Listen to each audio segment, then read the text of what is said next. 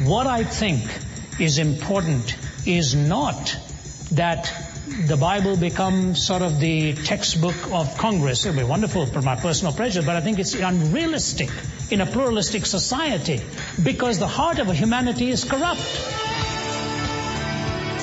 Currently, the United States is involved in 2 wars in the Middle East. Regardless of how a person feels about war itself, what is the connection between the views of the church and the suffering in that part of the world? Hear the answers to that and more today on Just Thinking with author and apologist Ravi Zacharias.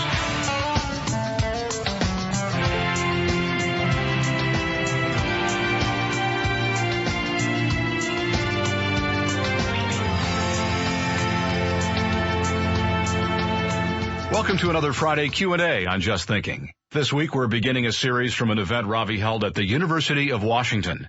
The questions you'll hear today approach the worldview of Christianity from a different angle than we often hear in these Q&A sessions. What do current world events have to do with the Christian message? And how should we feel about any state-sponsored faith, even if it's Christianity? Here's question number 1. Sir, your question. I'd just like to hear your analysis of my statement here. You walk across the street here over the United Methodist Church, and they have statements of Christ and their goals as a church, their goals as a ministry of Christ in the world. And then you take that into the public square to what's happening in Iraq and looking at your values of what's happening in Iraq. What I saw over the United Methodist Church and what's happening in Iraq are antithetical to one another. I can just tell you that I go to those parts of the world very often. In fact, I will be in those very parts of the world where we've got people coming from within those countries. And it is fascinating to listen to what they say from within those ranks. And again, I'm not supporting or detracting from it. I have talked to my colleagues who travel with me will tell you. We had a conference in Amsterdam where there happened to be many delegates from Iraq who had come there. And I was asking them what the tragedies were, what was going on, what was the struggle and so forth. It was shocking to find out how many of them were so grateful that somebody was willing to be concerned about what was going on in their land as their lives were lost and their loved ones were lost and thousands were gassed and all of that the world just watched on and never cried out and came to their aid. Now, I'm not saying, therefore, that the war is justified or unjustified. I'm just saying even those locked into the system, you get a divided opinion. And a lot of it depends upon their worldview. If there were those who were victims and were the minorities and exploited and so on. For example, one man said to me for the first time he can go to church now in his entire lifetime, which he could not do before that. And he said for the first time you'll see a cross lit up on one of the buildings in Baghdad, which we had never seen before that. I met one man in Turkey 2 weeks ago whose wife was killed before his eyes, and he has raised 3 children. And he said to me he was even willing to pay with the life of his wife or himself or his family if someday his country can breathe free again. So you hear mixed emotions like this. I think what I would say in terms of the response to the church is that, and to the nation too, these problems are very, very complex. They are not very simple. When I was in Istanbul, there was a man came, he was a famous film actor. They introduced him and said to me, he's the Brad Pitt of Turkey. Doesn't do anything for me. I really am not, I'm not into that arena. So I said, you mean he's a well-known actor? He said, yeah, okay. I said, all right. So he came to me, he was a very devout man in whatever he believed, handsome-looking guy. And so I was being kind to him, and I said to him, are you ever coming to America? I'd like to get together with you. He said, no, I will not come to America. I said, why not? He said, they won't let me back in there. I said, why won't they let you back in there? He said, because I'm a marked man. I said, why are you a marked man? He said, because the last time I came, I stood outside the White House and clenched my fist and I shouted bad words at your president. I hate him. I hate your leaders there and so on. And so he kept talking. So I said, you must have very little respect for what you believe.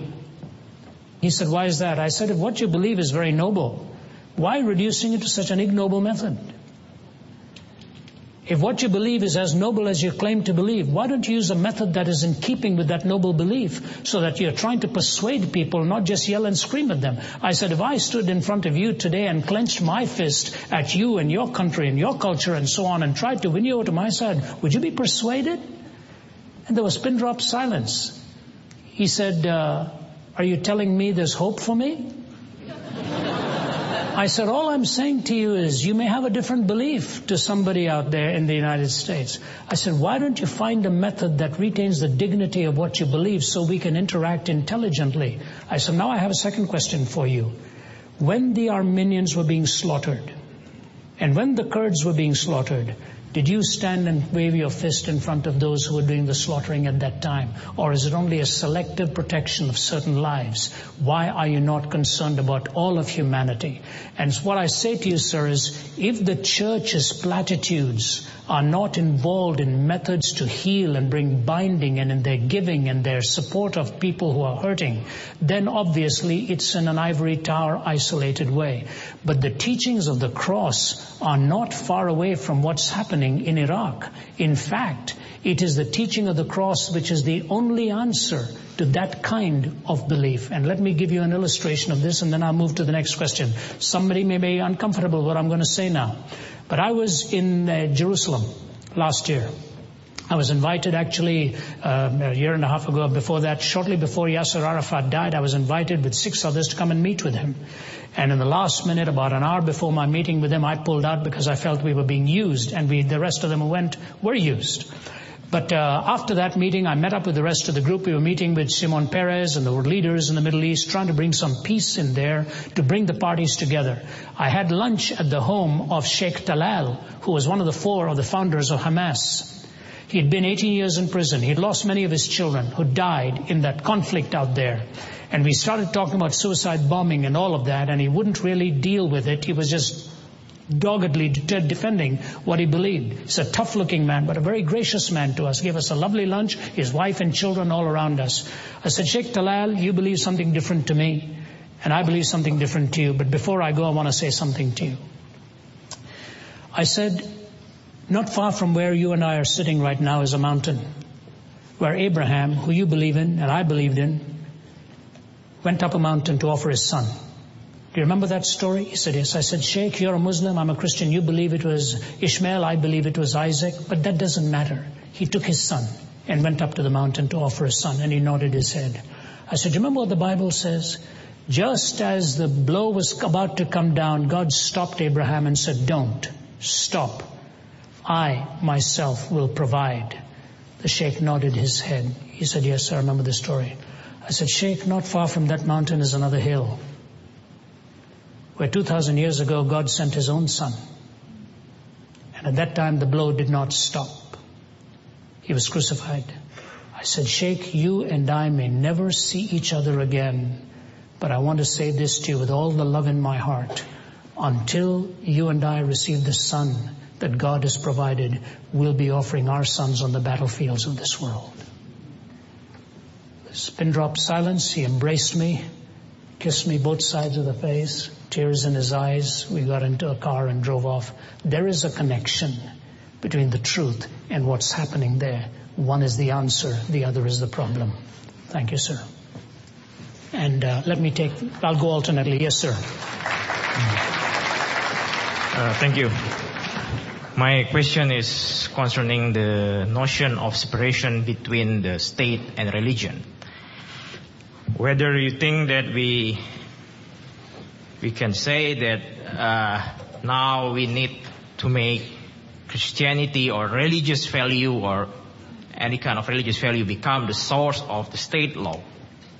My concern is, in the U.S., maybe we may be happy if the Christianity become the source of the state law. But we have to think also it could be justification for the government in Indonesia, which is majority Muslim, to impose Sharia. And then our BJP in India impose the Hindu law. What do you think about it? Very good question. Are you from Indonesia? Yeah. I've spoken there many times.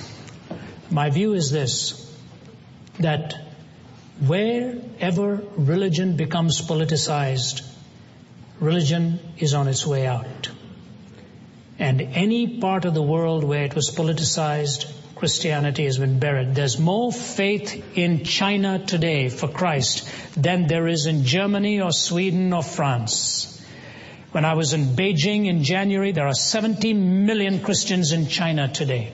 What I think is important is not that the Bible becomes sort of the textbook of Congress. It would be wonderful for my personal pleasure, but I think it's unrealistic in a pluralistic society because the heart of humanity is corrupt. The person can take the Bible and use it to abuse people, just as they could take any secular document and use it to abuse people. This was the whole problem with Confucian thinking. I think he never came to terms with the depravity of man. So what I say is, I've said it earlier on, let the country allow the discussion of these things in the marketplace of ideas, such as here. This university needs to be commended for giving us the opportunity to talk about these things. And as we rise through the ranks, using our minds and using our hearts, we will take our ethics with us. What has happened instead is we've been telling everybody that it's all relative, that there are no absolutes, and when these men and women, these boys go and become heads of Enron and all of that, and live as if there were no ethics, we put them behind bars. So we either live with the consistency of what we believe, and therefore I think the Judeo-Christian framework is the framework of the intrinsic value of every human life. And what has happened in the West is we have lost that part of it. We have lost the intrinsic value of every human life. Once you desacralize life, everything gets desacralized. So we start with the premise of the sacredness of life and allow the freedom of speech and the interaction, and may the best worldview win.